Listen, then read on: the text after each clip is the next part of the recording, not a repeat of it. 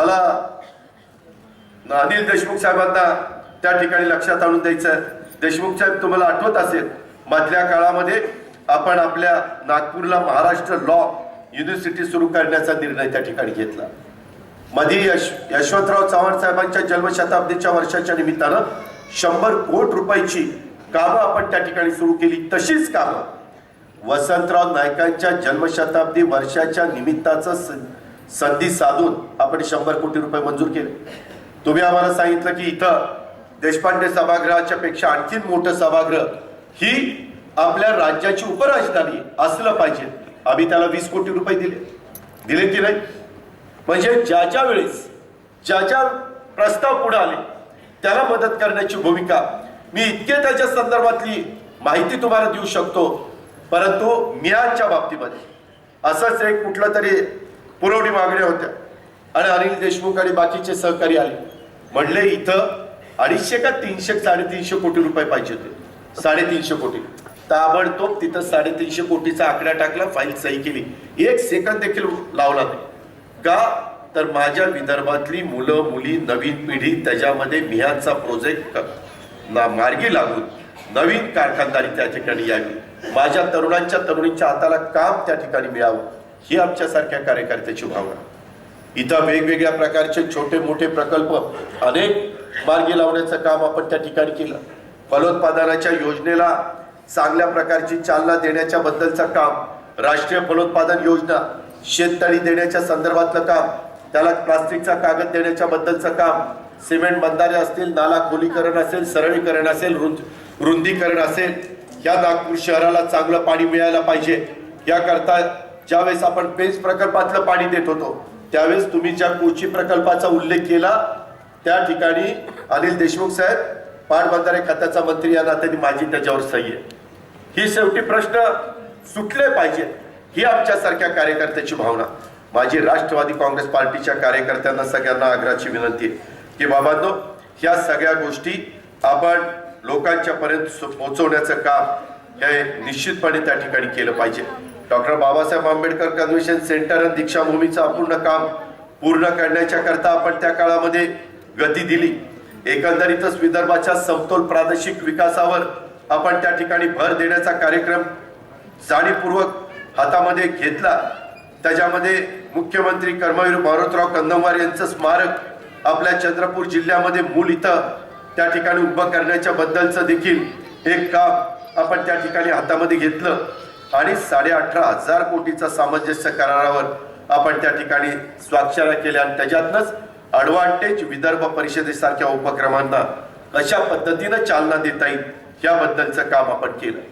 स्वतः प्रफुल्ल पटेल साहेब आणि पवार साहेबांनी प्रयत्न करून बोईंग असेल, TCS असेल, इन्फोसिस असेल, टेक महिंद्रा असेल, विप्रो असेल, भेल असेल अशा नामांकित कंपन्यांची गुंतवणूक आणि विमान देखभाल क्षेत्रामध्ये कार्य करणाऱ्या कंपन्यांना प्रोत्साहन देण्याच्या करता यंदाच्या अर्थसंकल्पामध्ये मी त्याच्यामध्ये विमानांच्या सुट्ट्या भागांना कर सवलत देण्याचा निर्णय घेतला. का तर त्याच्यातून एक मोठं जगामध्ये आणि देशामध्ये नागपूर हे सेंटरला आहे. हे बोईंगची विमानं जगाची उडतात, ती विमानं उद्याच्याला रिपेअर करायला इथं आली, ती इथं थांबली तर त्याच्यातनं प्रत्यक्ष अप्रत्यक्ष या भागामध्ये मोठ्या प्रमाणावर काम आणि रोजगार त्याच्यातनं निर्माण होईल. ती माझ्यासारख्या कार्यकर्त्याची भावना आणि म्हणून त्याच्यावरचे टॅक्स मी कमी करून टाकले. शेवटी अर्थमंत्री या नात्याने तो अधिकार मला होता. अशा पद्धतीनं आपण सगळी कामं करतो. किंवा शेवटच्या काळात अनिल देशमुख साहेब ज्यावेळेस लोकसभेची निवडणूक जाहीर होणार होती, आचारसंहिता लागणार होती, त्यावेळेस 2.5 का 3.5 कोटी रुपयाचा एक प्रकल्प आपण भेलचा गोंदियाला त्या ठिकाणी मंजूर केला, भंडाऱ्याला, आणि त्याच्यामध्ये भंडारा गोंदियामध्ये आपण काही सवलती दिल्या. कशा करता दिल्या की या भागामध्ये विकास झाला पाहिजे. या गोष्टी आपण सर्वसामान्य माणसाच्या पर्यंत पोहोचवण्याचं काम हे निर्धार मेळाव्याच्या निमित्तानं राष्ट्रवादी काँग्रेस पार्टीच्या कार्यकर्त्यांनी केलं पाहिजे. कितीतरी उदाहरणं मी तुम्हाला सांगेन. पवार साहेब पण ते 10 वर्ष कृषी मंत्री असताना 71,000 कोटीची तर कर्जमाफी दिलीच.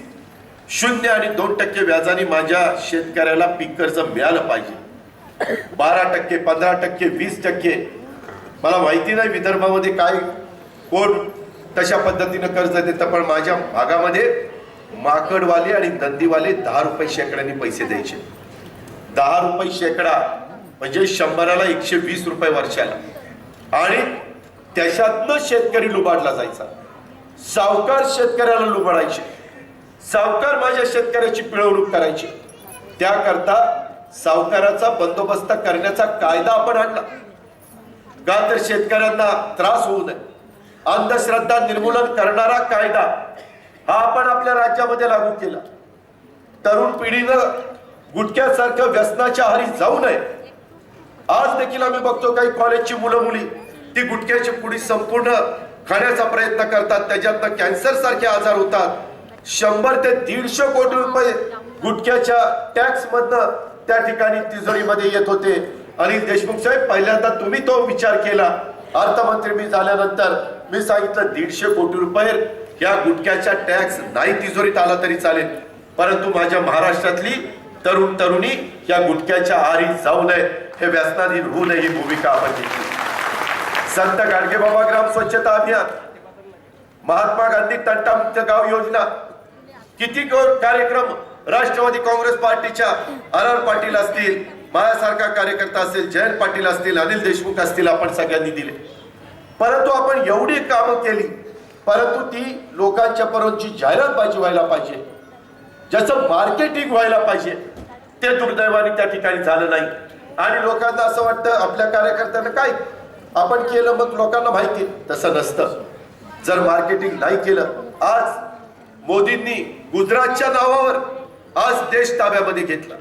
तुम्ही जरा पिंपरी चिंचवड मध्ये येऊन बघा काय पिंपरी चिंचवड मध्ये आम्ही लोकांनी कायापालट करून दाखवलाय.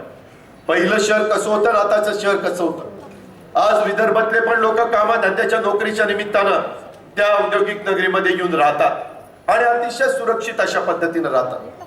शेवटी गुजरातमध्ये काय, गुजरात म्हणजे काय विकास झाला. आज काय केलं, आज सरकार त्यांचं आल्यानंतर त्यांनी रेल्वेचा अर्थसंकल्प सादर करत असताना विदर्भाला काही दिलं. आपण मेट्रो विदर्भाच्या संदर्भामध्ये अनिल राव तुम्ही सगळ्यांनी आग्रह केला, आपण नागपूरची मेट्रो मंजूर केली, तत्वतः त्याला मान्यता दिली. 10% इथल्या महानगरपालिकेचे, 20% राज्य सरकारचे, 20% केंद्र सरकारचे, असे 50% आणि 50% वित्तीय संस्थांचे. तीच गोष्ट पुणे पिंपरी चिंचवडच्या बाबतीमध्ये.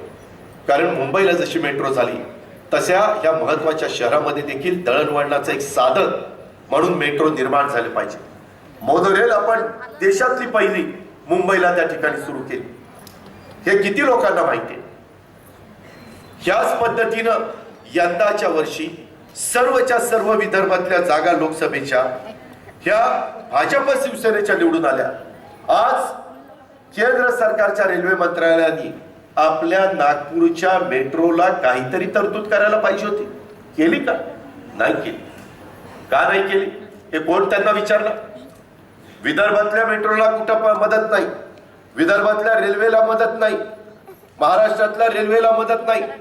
तोंडाला पानं पुसायचं काम झालं. आज ते किरीट सोमय्या मुंबईला खासदार झाले. ज्यावेळेस आपलं सरकार होतं सारखे लोकलला तिथं स्टेशनवर जायचे आणि तिथं प्लॅटफॉर्म आणि त्या डबा त्याची उंची मोजत बसायचे आणि त्या टीव्ही वाल्याला सांगायचे माझा फोटो काढ. तेवढंच चाललेलं असायचं. आपण काम करताना आम्ही टीव्ही वाला नेत नाही, फोटोग्राफर नेत नाही, ते तर आपलं कर्तव्यच आहे. एक कर्तव्याच्या भावनेतनं आपण काम करत असतो. या गोष्टीचा विचार देखील माझ्या राष्ट्रवादी काँग्रेस पार्टीच्या कार्यकर्त्यांनी केला पाहिजे.